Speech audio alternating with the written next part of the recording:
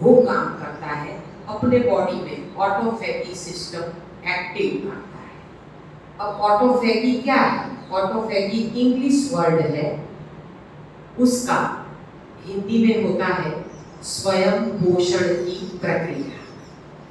स्वयं पोषण कैसे? अपनी जीव की शक्ति के द्वारा खुद का रक्षण करना। खुद का रक्षण खुद कैसे करोगे? तो ऑटोफेगी को एक्टिव कैसे किया जाए? ऑटोफेगी में लंघन 2-3 तरह के होते हैं, पानी वाला, जूस वाला, केवल जूस वाला और बिना पानी वाला। तो ऐसे 3 तरह के जो लंघन है वो किए जाते हैं, लेकिन कठिन में कठिन बिना पानी वाला लंघन जो इधर आप कर रहे हैं वो क्या असर करता है? अब ऑटोफेगी आपके बॉडी में 16 घंटे के उपवास के बाद एक्टिव होगी। वो कैसे वर्क करती है? जैसे अपन गार्डन में देखते हैं ना, बच्चे सी सॉ खेलते हैं, आमने सामने बैठते हैं, एक बच्चा नीचे जाता है तो दूसरा ऊपर जाता है, फिर दूसरा इस तरफ जाता है, ये वाला ऊपर आता है। ये सी सॉ की जो गेम होती है ना बच्चों की, ठीक वैसे ही हमारे शरीर में ग्लूकोगन और इंसुलिन 2 स्राव होते हैं। ये 2 स्राव जो अपने बॉडी से नेचुरली बाहर आते हैं और अपने को सपोर्ट करते हैं, वो रुक जाते हैं, तभी हमें रोग होता है। यानी कि इंसुलिन जब अंदर से बाहर नहीं आता है तो फिर हमें शुगर की बीमारी होती है। हमें इंसुलिन ऊपर से डालना पड़ता है गोली के जरिए, इंजेक्शन के जरिए। तो ये ऑटोफेगी सिस्टम से क्या होगा? ग्लूकोगन ऊपर आएगा और इंसुलिन नीचे जाएगा, इस तरफ नीचे जाएगा। ये कैसे होगा?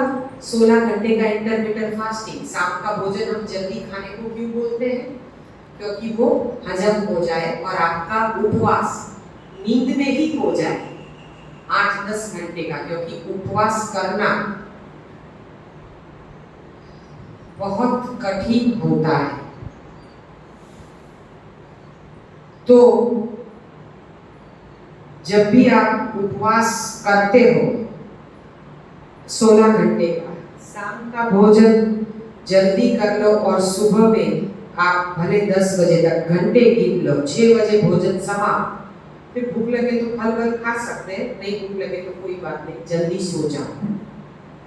आप घंटे गिनो, 6 से 6 12 हो गए और 4 10 हो गए, 10 बजे 89 हो गए, 16 घंटे का उपवास हो गया। जैन धर्म में ये सब कहा गया है। तो 16 घंटे का फास्टिंग, जिसको सुबह में जल्दी भूख लगती है उनके लिए, जो फिर देर तक लेता है उसको 12 बजे तक करना पड़ेगा दोपहर का। ये लंघन बिना पानी का, ये अब 2 इंसुलिन और ग्लूकोगन जो सी सॉ खेल रहे हैं अपने बॉडी में, ग्लूकोगन ऊपर आया तो इंसुलिन नीचे गया, तो अब क्या होगा? आपकी रोग प्रतिकारक शक्ति एकदम पावरफुल हो जाएगी।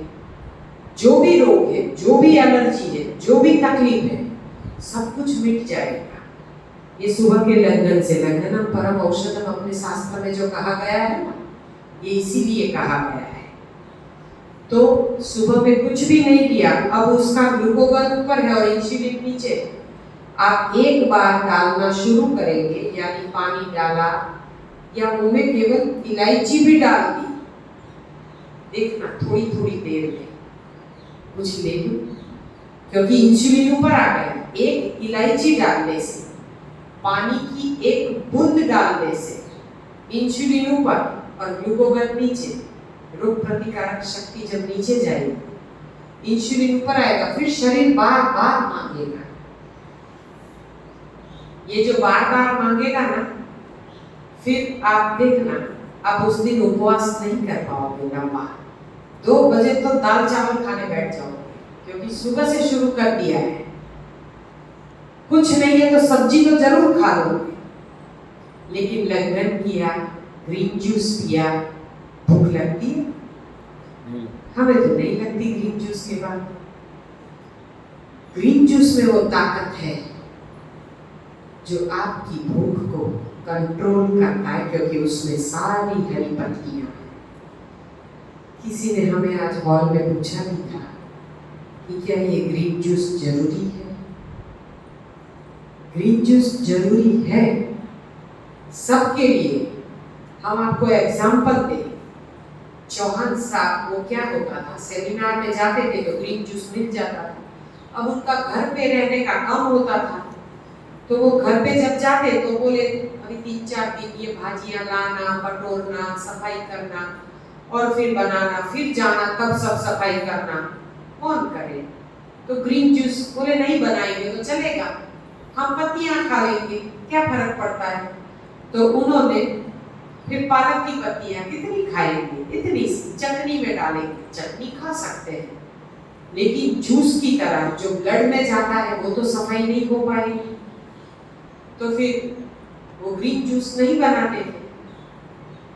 आ गया बीच में कोरोना, सेमिनार बंद, ऑनलाइन सेमिनार, घर पे रहना हो गया, उनका खुद का B12 कम हो गया और उनकी इम्यूनिटी भी डाउन हो गई। उन्होंने खुद स्वीकार भी किया है, आपका उनका सुनना, उन्होंने भी स्पिरुलिना लिया है, तब उनका B12 बढ़ा। भिगाए हुए 2 अंजीर रोजाना लिए, तब उनका B12 आहिस्ता आहिस्ता बढ़ के आज वो बिल्कुल नॉर्मल हो गए। 15 दिन में ठीक हो गए थे, क्योंकि कंप्लीट वो फॉलो करते हैं। भले हमारे गुरु जी, लेकिन हमने उनको बताया और उन्होंने फॉलो कर दिया कि ग्रीन जूस रोजाना। तो हाँ, जो भी पत्तियां थी, चलो कोरोना में मार्केट नहीं जा सकते, लेकिन गार्डन में तो रहती है ना पत्तियां, तो वो पत्तियां लेंगे और ग्रीन जूस पिया। उसका असर आहिस्ता आहिस्ता B12 और D3 दोनों बढ़ गए, क्योंकि मेथी की भाजी भी डाली उनकी थी तो उसमें D3 है। सीजनल जो भी पत्तियां आती है, चौलाई की भाजी आती है ना, चील की भाजी, बथुआ, वो भी बहुत एनर्जी देने वाला है, तो वो भी लिया तो उनका भी बढ़ गया। फास्टिंग तो करते ही थे, फास्टिंग से B12 बढ़ता है, ये इंटरमिटेंट फास्टिंग से। अब ये जो ऑटोफैगी 16 घंटे के उपवास के बाद जब आप कुछ लेते हो, तब तक ये बीच में जो ग्लूकोगन ऊपर आया, उसमें आपकी ऑटोफैगी 14 घंटे 15 घंटे में एक्टिव हो गई। अब वो लड़ने के लिए वो सेना तैयार हो गई। भारत और पाकिस्तान जैसे लड़ते हैं ना, और बीच में अगर पानी पी लिया तो वो बांग्लादेश आ गया बीच में।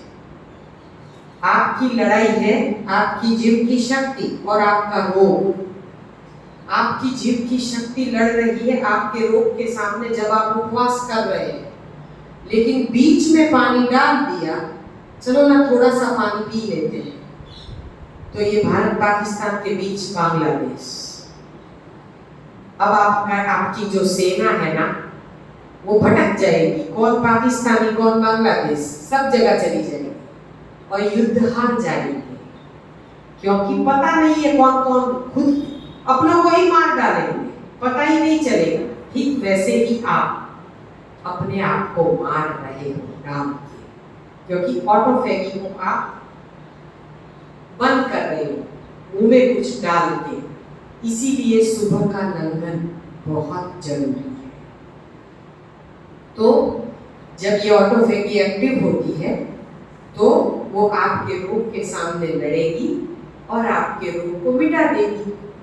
4 या 6 महीने में आप करके देखें, एसिडिटी भी मिट जाएगी। फिर बाद में अगर आप लंबा लंघन नहीं कर पाते हैं तो कोई बात नहीं, अब आपका रोग मिट गया, लेकिन कच्चा नहीं छोड़ने का। लंघन हम कहते हैं हो सके उतना तो जरूर कर देगा।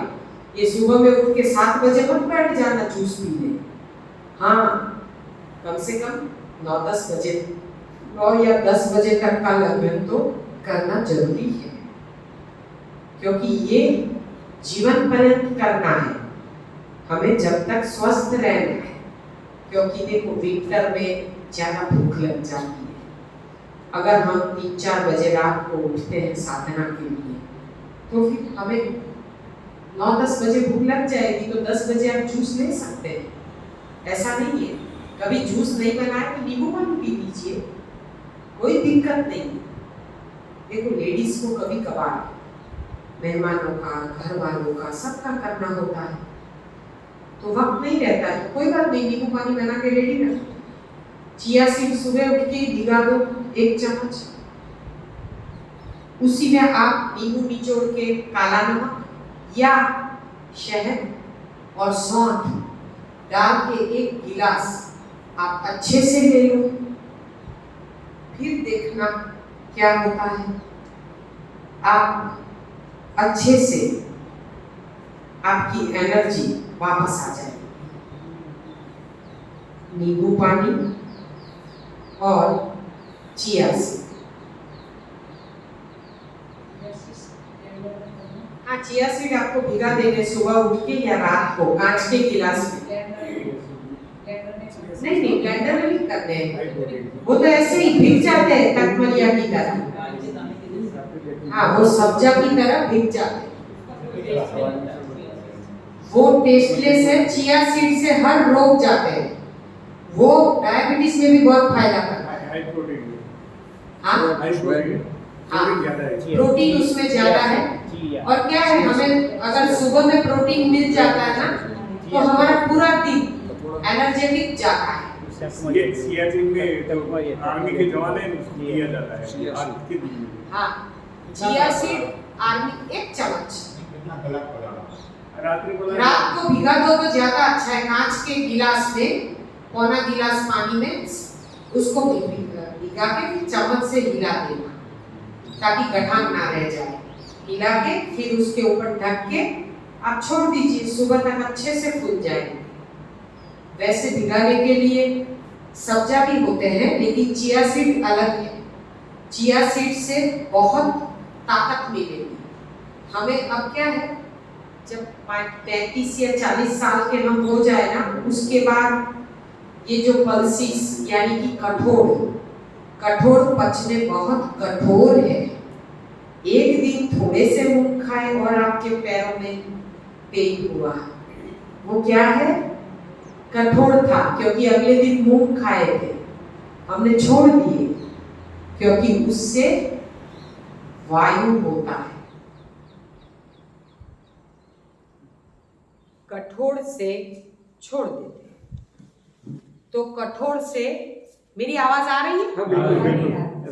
तो कोई जरूरत नहीं।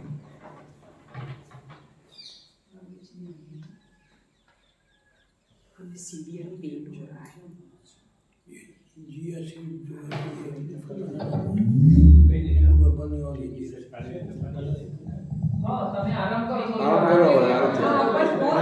થોડો વચ્ચે રેસ્ટ લઈ લો, બ્રેક માર દો, અમે 1.25 કલાક થઈ ગયો, 3 વાગ્યા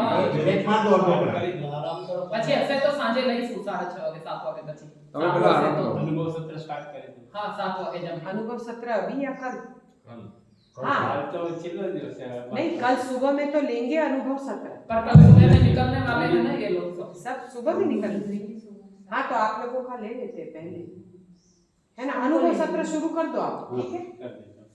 तो मैं थोड़ी देर पीछे लेट जाऊं, है ना, फिर मैं उठ के आ जाती हूँ, इधर ही लेट थोड़ी देर। कारपेट मार दे, कारपेट काफी होगा। नहीं चलेगा। नहीं 6 कारपेट 6 અહીંયા કે ચાદર છે આપણી हाँ, बस ये चद्दर चलेगी। એ ત્યાં છે પાછળ તમે એક કામ કરો પછી રૂમમાં જતા રહો, રૂમમાં સામે हाँ, शेर। અને તમારા રૂમમાં જતા રહો, ગાડલા ઉપર। બ્રેક મારતો ને વચ્ચે હા, આરામથી તમે ગાડલા ઉપર જતા રહો, થોડો બ્રેક લઈ લો પછી પાછી કરશું ના બ્રેક લઈએ છીએ થોડીક વાર 1 મિનિટ એટલે તમે બધું લઈ